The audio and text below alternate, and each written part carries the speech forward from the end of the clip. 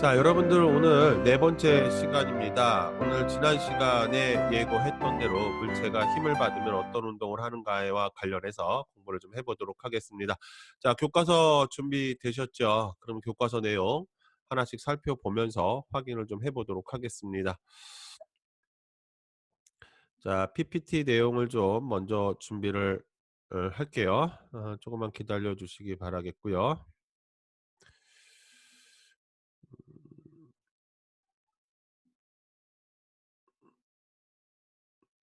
자, 제목이 물체에 힘이 작용하면 물체의 운동은 어떻게 될까라고 되어 있는데요.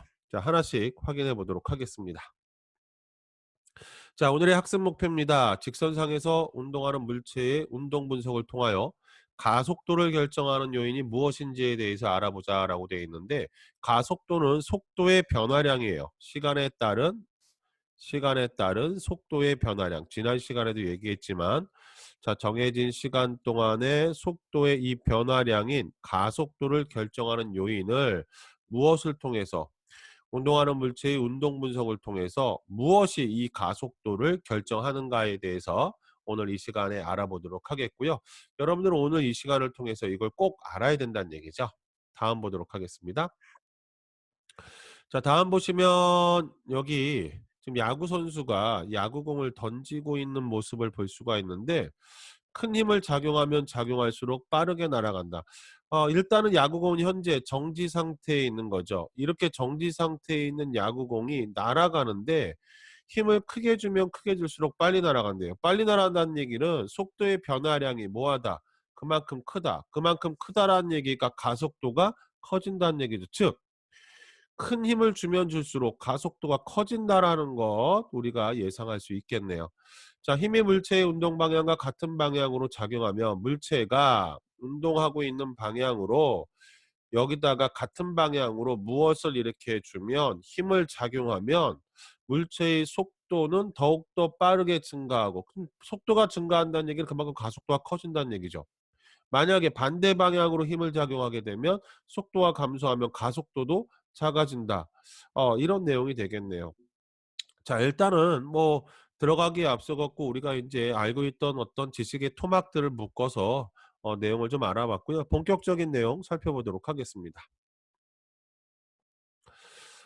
짝토이 해 가지고요. 물체의 가속도는 물체의 작용하는 힘과 어떤 관계가 있을까? 뭐 한번 친구들끼리 한번 얘기해 보자는 건데, 이거 우리가 이제 실험 활동에 있어서는 할 수가 있는데 지금 뭐 온라인 수업 기간이라 여러분들 나름대로 한번 적어 보시기 바랍니다. 한 5분 정도 시간을 내서 어 적어 보세요. 물체의 가속도, 가속도라는 얘기는 뭐라고 그랬어요? 시간에 따른 속도의 변화량이 물체에 작용하는 힘과 어떤 관계가 있을까 한번 나름대로 여러분들이 적어 주시고요. 자, 이 내용은 오늘 이 시간 수업이 끝난 후에 여러분들이 쓴 내용과 내가 어 예전에 알고 있던 내용이 옳았구나. 또는 요게 좀 잘못됐구나. 이렇게 확인을 좀 해 보면 좋을 것 같습니다. 자, 이건 답을 공개하지 않고 넘어갈게요. 나중에 수업 다 듣고 여러분들이 확인을 좀 해 주시기 바라겠습니다. 자, 탐구 3이 나와 있죠. 우리가 또 등교 계약 자꾸 얘기하는데, 등교 수업 했을 때는 당연히 실험실에서 이 실험을 할 거예요. 그런데 아쉽지만 이 또한 결과를 위주로 한번 해석적인 측면으로 한번 다가가 볼게요. 자, 우리가 한 장이 또 넘어갔네요. 다시 전장 좀 몇 장이 넘어갔네요. 어,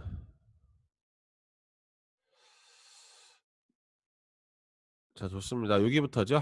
여기 보면 힘, 질량, 가속도 사이의 관계인데, 우리가 힘이라고 했을 때 힘을 F로 표시해 주고요. 질량은 그렇죠. 힘은 F로 표시하고 질량은 M으로 표시하고요. 가속도는 어떻게 표시했죠? A로 표시했죠. 힘과 질량과 가속도 사이의 요 관계에 대해서 이 실험을 통해서 좀 알아보자는 얘기예요. 자, 일단 실험 장치의 모습을 한번 살펴볼게요. 여기 실험 장치의 모습이 있는데요. MBL 실험 장치예요. 우리 학교에도 이 실험 장치가 있고요. 여기 고정도르래가 하나가 이렇게 있고요. 이 고정도르래 오른쪽에 보면 역학수래가 있어요. 수래. 역학수래가 있고요. 이 수래가 실험대 위에 놓여 있는 걸 볼 수가 있고요. 이 뒤가 초음파 센서예요. 초음파 센서. 초음파 센서는 물체의 운동을 기록하는 센서예요. 여기에 추가 이렇게 매달려 있기 때문에 지구의 중력에 의해서 추가 아래로 떨어지려고 하죠. 이 추가 아래로 떨어지려고 하는 힘이 누구를, 그렇죠, 여기 있는 수레에 작용해서 수레를 일정한 힘으로 당기게 돼요. 이렇게 당기게 되면 얘가 운동하겠죠. 그때의 운동을 이 뒤에 있는 초음파 센서가 기록해요. 컴퓨터가 자동으로 기록해서 자동으로 출력해줘요. 우리는 나중에요, 분석된 나온 데이터 값만 분석하면 된다, 이거죠. 자, 그렇게 여러분들이 이렇게 실험이 이루어지게 되겠습니다. 이런 식으로 실험이 이루어지는데 조건을 조금씩 바꿀 거예요. 어떻게 바꿀 거냐면 추의 질량은 일정하게 놓고 수레의 무게를 계속해서 바꿔볼 거예요. 수레의 무게를 계속해서 바꿔볼 거고, 한 번은 수레의 무게, 즉 질량을 일정하게 놓고 추의 개수를 바꿔가지고 잡아당기는 힘의 크기를 바꿔가면서 잡아당겨 볼 거예요. 그랬을 때 이 물체의 운동이 어떤 차이를 갖게 되는지에 대해서 알아보자는 내용이에요. 자, 그러면 우리가 실험은 우리가 직접 하지 못하니까 실험 결과만 한번 살펴보도록 하겠습니다. 자, 첫 번째 보시면요, 무엇을 일정하게 유지시켜 놓은 채로 역학수레의 질량이 일정한 경우, 역학수레의 질량을, 자, 화면이 넘어갔는데 다시 역학수레의 질량을 일정하게 놓았대요. 역학수레의 질량을 일정하게 놨다는데, 일단은 이게 어떤 실험이에요? 다시 한번 그림을 좀 그려보면, 자, 테이블이 이렇게 있고요. 이 위에 역학수레가 이렇게 있고요. 자, 이 역학수레가, 자, 고정도로래에 의해서 줄로 이렇게 연결되어 있는 거를 우리가 확인할 수가 있었죠. 줄로 이렇게 연결되어 있고, 한쪽에는 뭐를 매달았어요? 그렇죠, 추를 매달고 있죠. 추를 여기에 이렇게 매달고 있어요. 추를, 이런 상황이죠. 자, 간단하게 이 상황을 한번 정리해 볼게요. 만약에 추의 질량을 m이라고 이렇게 가정한다면 지구의 중력에 의해서 이 물체는 mg라는 자, 힘이, 중력에 의해서 이 줄에 힘을 작용할 거고, 자, 그러면 그 힘이 이 물체를 끌고 갈 거예요. 이 물체를 끌고 갈 건데, 문제는 아래쪽에 아래쪽에 고정되어 있는 추에 작용하는 중력 F는 mg에 의해서 어떤 물체가 한꺼번에 끌려가고 있냐면, 수레를 라지 m이라고 하고 요 추를 스몰 m이라고 한다면, 라지 m과 스몰 m 두 물체가 어떤 힘으로, 그렇죠, mg라는 힘으로 끌려가는데 그때 생기는 가속도가 a라는 얘기예요. 즉 다시 말해서 이 역학수레의 가속도와 추는 한 덩어리로 연결되어 있기 때문에 이 추에 작용하는 중력에 의해서 추와 역학수레는 똑같은 가속도를 나타내는데, 그때 가속도의 크기가 어떻게 된다는 얘기예요? m 플러스 m분의 mg. 똑같이 이때도 가속도는 m 플러스 m분의 mg다, 이렇게 우리가 표시할 수가 있겠습니다. 자, 그렇게 좀 일단 알아두시고요.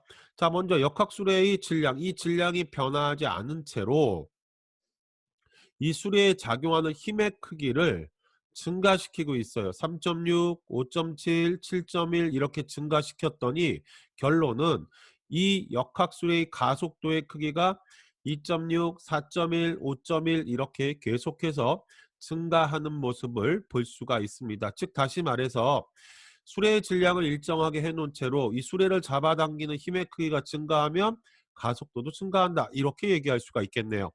자, 아래쪽 매단추의 질량이 일정할 경우, 이 매단추의 질량을 일정하게 놓고 이번에는 역학수레의 질량을 점점 크게 해서 수레의 무게를 증가시켰대요.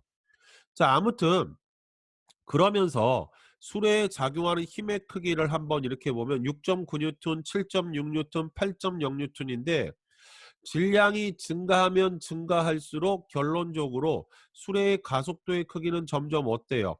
작아지는 걸 볼 수가 있어요. 자, 여기 있는 우리가 실험 데이터 값을 간단히 분석하더라도 가속도의 크기는 물체에 작용하는 힘의 크기가 크면 클수록 가속도가 커진다는 걸 알 수 있고요. 물체에 작용하는 물체의 모가 질량이 작으면 작을수록 가속도가 커진다라는 사실을 우리가 알 수가 있겠죠. 자, 이 정도 정리하고요. 다음 넘어가 보도록 하겠습니다. 이거 지워 볼게요. 다음 장 볼게요. 자, 다음 장 보시면 역학수레의 질량이 일정할 때 역학수레의 가속도와 작용한 힘의 관계 뒤에 볼까요? 역학수레의 질량이 일정한 경우 이거예요. 질량이 일정한 경우 자, 가속도와 힘이 어떤 관계에 있는지 좀 알아보자 라고 되어 있어요. 가속도와 힘이. 자, 일단 수레에 작용하는 힘이 3점 몇 뉴턴이에요? 3.6 뉴턴. 수레에 작용하는 힘이 3.6 뉴턴이에요. 이때 수레의 질량은 1.4kg고 수레의 가속도가 2.6m/s인데 수레의 질량을 m, 가속도를 a라고 할 때 m 곱하기 a 값이 수레에 작용하는 힘의 크기 f 값과 일치한다라는 사실을 우리는 볼 수가 있습니다. 1.4 곱하기 4.1은 약 5.7이 될 거고요. 1.4 곱하기 5.1은 약 7.1이 된다라는 사실이죠. 자, 그렇다면 다음 장 보시면 뭐라고 써주면 좋겠습니까? 다음과 같이 역학수레의 가속도는 역학수레에 작용하는 힘의 크기에 뭐한다? 비례한다. 그래서 이거를 역학수레에 작용하는 가속도를 A, 수레에 작용하는 힘을 F라고 할 때 비례관계 다음과 같이 이렇게 사용해서 두 관계는 비례관계에 있다. 작용하는 힘이 크면 클수록 가속도는 커진다. 단 뭐가 일정할 경우 질량이 일정하다라는 조건이 붙어야겠죠. 질량이 일정하다라는 조건이 이렇게 붙어야 된다는 얘기입니다. 다음 보도록 하겠습니다. 다음 보시면 요 지우고 한번 얘기해 볼까요? 역학수레의 질량과 가속도의 곱순 줄이 역학수레에 작용하는 힘과 어떤 관계가 있는가? 역학수레의 질량과 가속도의 곱순 뭐라고 썼는지 한번 확인해 볼게요. 역학수레의 질량과 가속도의 곱은 줄이 역학수레에 작용하는 힘과 뭐하다? 같다라고 이렇게 써주고 있죠. 조금 전에 뭐였죠?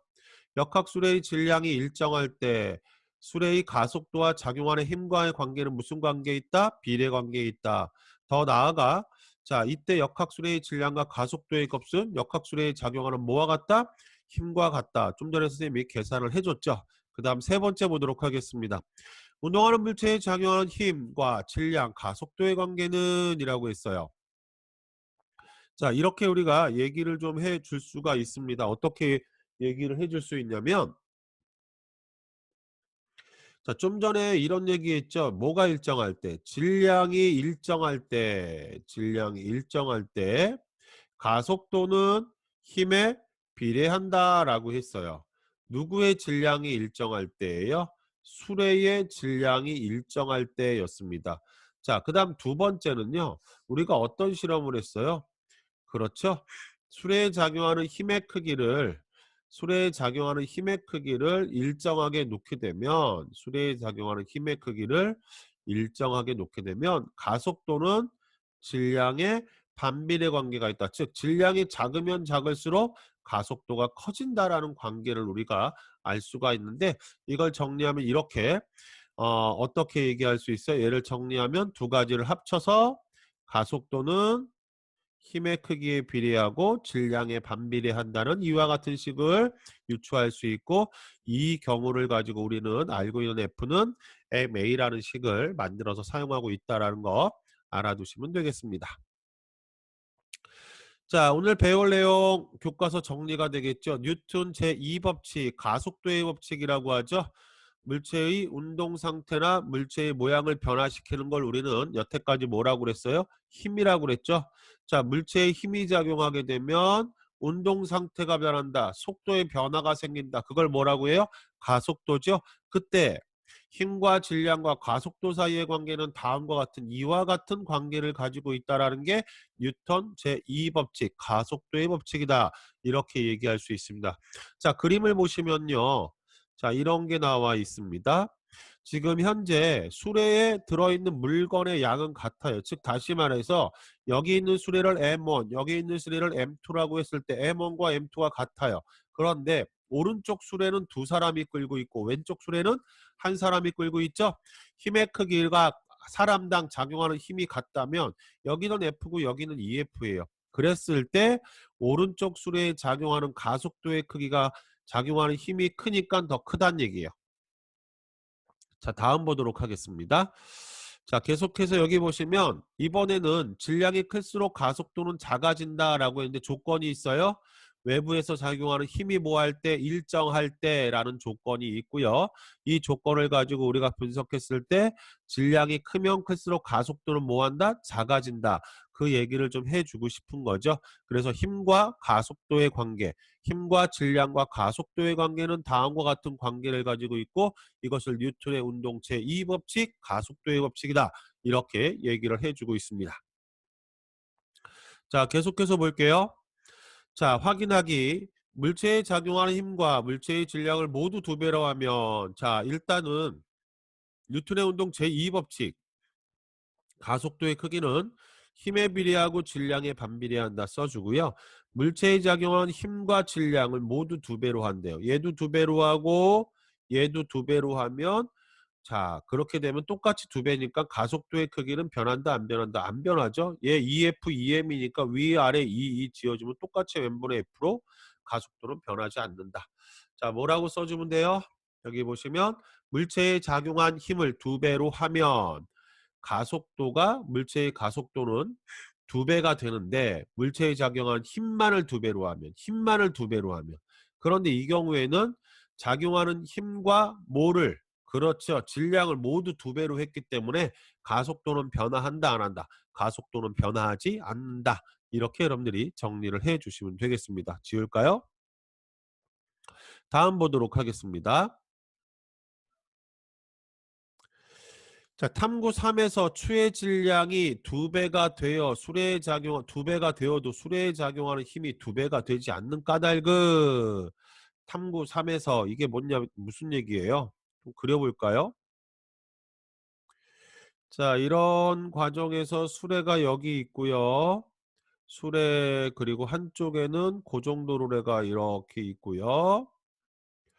자, 끈으로 이제 수레가 추에 연결되어 있는 걸 볼 수가 있고요. 여기에 추가 이렇게 매달려 있는 걸 확인할 수가 있습니다. 그런데 추의 질량을 몇 배로 해도 추의 질량을 이렇게 두 배로 하게 되면 언뜻 보기에 하나일 때하고 두 개일 때 만약에 추의 질량이 똑같이 몇이라면 그래요.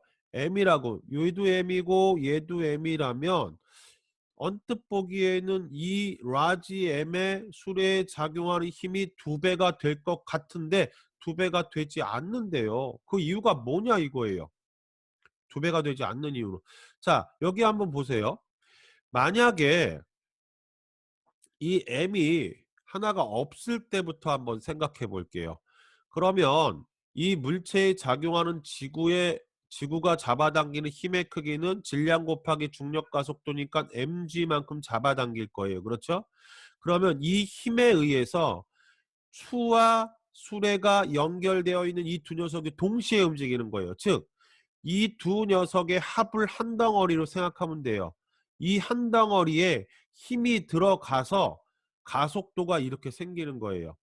가속도가 이렇게 생긴다라고 얘기할 수 있죠. 그런데 만약에 여기 보세요. 질량 M을 몇 M으로 바꿨다? 그렇죠. 한번 볼까요? 2M으로 바꿨대요. 2M으로 이렇게 바꿔서 생각하면 자, 지구가 잡아당기는 힘의 크기가 몇 M이 돼요? 그렇죠. mg가 아니라 2mg로 바뀌겠죠. 2mg로 이렇게 바뀌어요. 2mg.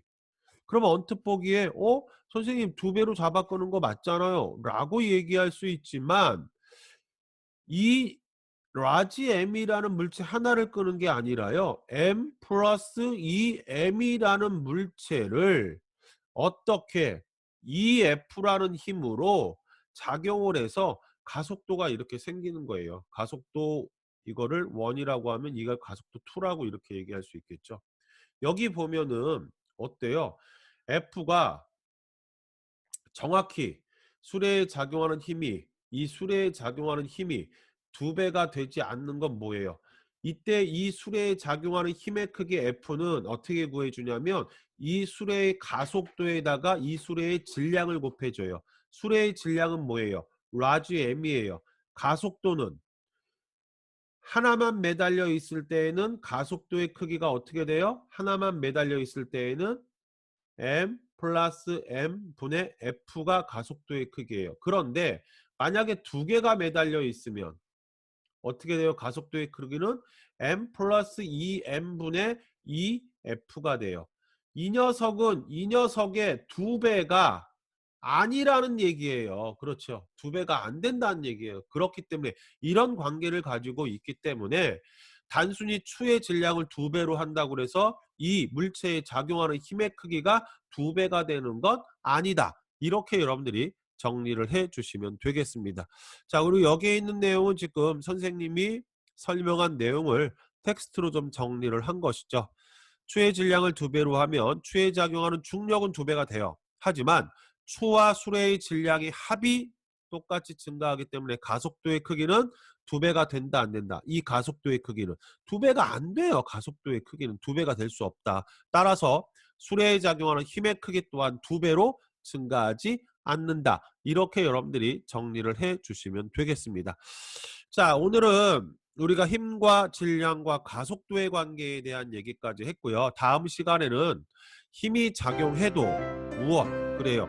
힘이 작용해도 운동 상태가 변하지 않는 경우, 힘이 작용해도 운동 상태가 변하지 않는 경우에 대해서 알아보도록 하겠습니다.